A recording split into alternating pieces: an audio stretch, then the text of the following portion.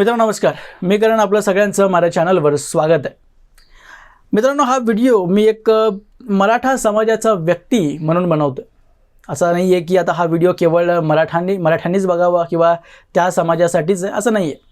हा व्हिडिओ प्रत्येकासाठी आहे, त्या लोकांसाठी आहे जे लोक आपल्या जातीतच सामावून राहण्यास जास्त एक फेवरेबल समजतात किंवा आपल्या जातीसाठी जे लोक आंदोलन वगैरे करतात त्यांच्यासाठी हा व्हिडिओ आहे.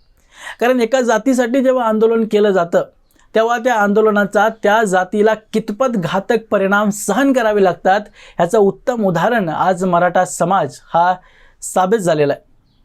कारण मित्रांनो, मराठा समाजाची जी राजकीय ताकद मागचे 50-40 वर्ष जी राहिलेली आहे ती आज जवळजवळ संपलेली असं दिसून येते. कारण मराठा आमदार जरी मोठ्या प्रमाणात निवडून आले तरी ते ओबीसी मतांवर निवडून आलेले आहेत. असं नाही आहे की मराठा समाजाने मतं दिली नाहीत, पण प्रचारा दौरान ज्या प्रकारे नरेटिव्ह सेट झाला त्यानंतर जे काही विश्लेषण आज केलं जातं आहे ते कुठे ना कुठे असं एक मेसेज देण्याचा किंवा एक सेट करण्याचा प्रयत्न होतो आहे की ओबीसी मतांमुळेच BJP किंवा महायुतीची सरकार ही आज निवडून आली. ज्यात तथ्य नाही आहे ते मलाही माहिती, पण कसं असतं की नरेटिव्ह एखादं जेव्हा सेट केलं जातं तेव्हा लोकांच्या मनात ते बसतं. आणि कुठे ना कुठे ते राजकीय नेते जे असतात ना, आमदार झाले, खासदार झाले, मंत्रीसुद्धा, त्यांच्या पण मनात मग कुठे ना कुठे असं बसतं की खरं आहे की ओबीसीमुळेच आपण निवडून आलो किंवा मग पुढे आपल्याला आता मराठा समाजाची गरज नाही आहे. आणि ही जी काही मराठा समाजाची आज राजकीय ताकद म्हणजे संपताना दिसते ती केवळ आणि केवळ मनोज जरांगे पाटील ह्यांच्यामुळे.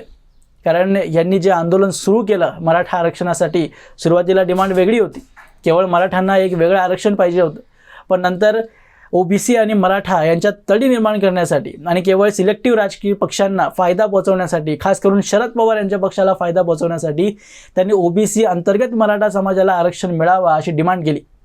आणि याचा फायदा सहजपणे शरद पवार आणि महाविकास आघाडीलाच होणार होता. कारण त्यांनाही कदाचित माहिती आहे आणि मी आशा करतो की जरांगे पाटलांना हे माहिती आहे की ओबीसी अंतर्गत मराठा समाजाला आरक्षण मिळणं इम्पॉसिबल आहे. इथं मराठा समाजाला जे सेपरेट आरक्षण दिलं आहे ते कोर्टात टिकवणं मुश्किल झालं आहे. म्हणजे ऑलरेडी कोर्टानं ते खारेज केलं आहे, परत एकदा तुम्हाला देऊन आजसुद्धा कोर्टात त्याचा केस चालू आहे आणि ते टिकेल का नाही याची गॅरंटी नाही. आणि तुम्ही ओबीसी अंतर्गत मराठा समाजासाठी आरक्षण मागताय. त्यामुळं झालं असं की ओबीसी समाज एकवटला एका बाजूला, एका पक्षाकडं. कारण यापूर्वी मराठा समाज असं म्हणू शकतो की शरद पवार ॲज इन काँग्रेस यांच्याकडं एकवटलेला होता, पण ओबीसी कधीच BJP किंवा एखाद्या पक्षाकडे एकवटलेला नव्हता. तो थोडा शरद पवारांकडं, तो थोडा काँग्रेसकडं, थोडा BJPकडं अशी वाटणी त्याची व्हायची.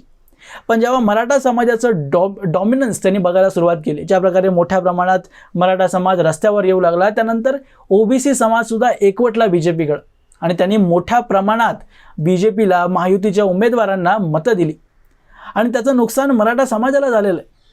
जरांगे पाटील कदाचित एक स्वच्छ मनानं मराठा समाज यांना फायदा व्हावा, मराठा समाजाला एक त्यांच्या हिताचं काम व्हावं यासाठी ते आंदोलन त्यांनी केलं असेल आणि आत्ताही करतायत.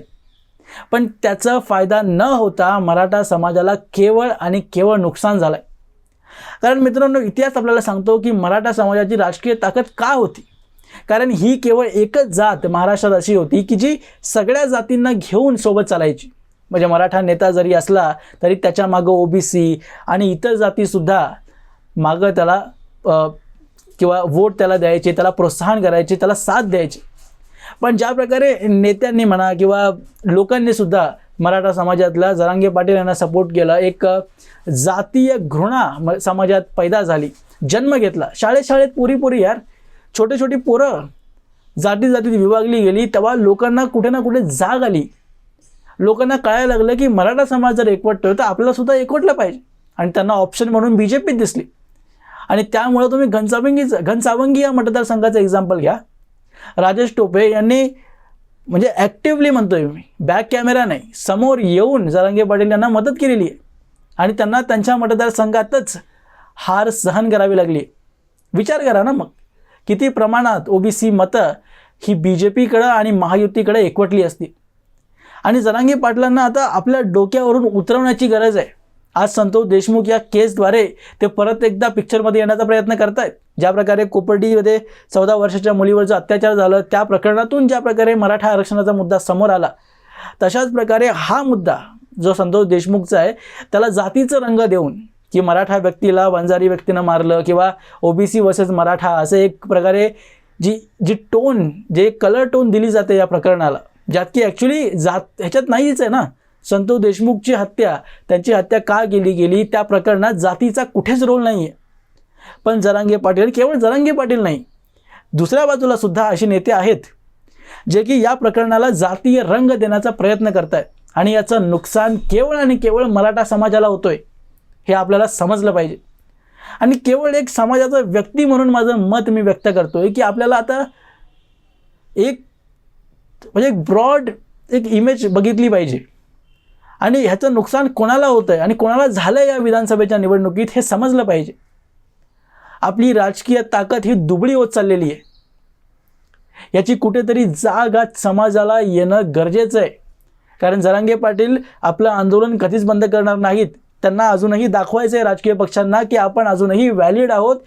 कारण की त्यांना जगायचं आहे ना, फंडिंग हवी आहे. त्यांचं जे काही आंदोलन वगैरे ते पुढे करणार त्यासाठी जे पैसे लागणार आहेत किंवा कुठूनही त्यांना फंडिंग वगैरे भेटत असेल त्या राजकीय पक्षाला दाखवावंच लागेल ना की मी अजूनही रेलेव्हंट आहे तुमच्यासाठी उपयोगी आहे मी. हे दाखवण्यासाठी ते अजूनही मैदानात बार ॲक्टिव्ह होण्याचा प्रयत्न करतायत, दाखवतायत की मी ॲक्टिव्ह आहे.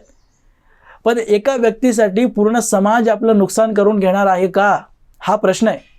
कारण ऑलरेडी आपलं खूप नुकसान झालेलं आहे आणि येत्या काळात जर असं चालत राहिलं तर मराठा डॉमिनन्स ही इतिहासाची बाब होऊन जाईल.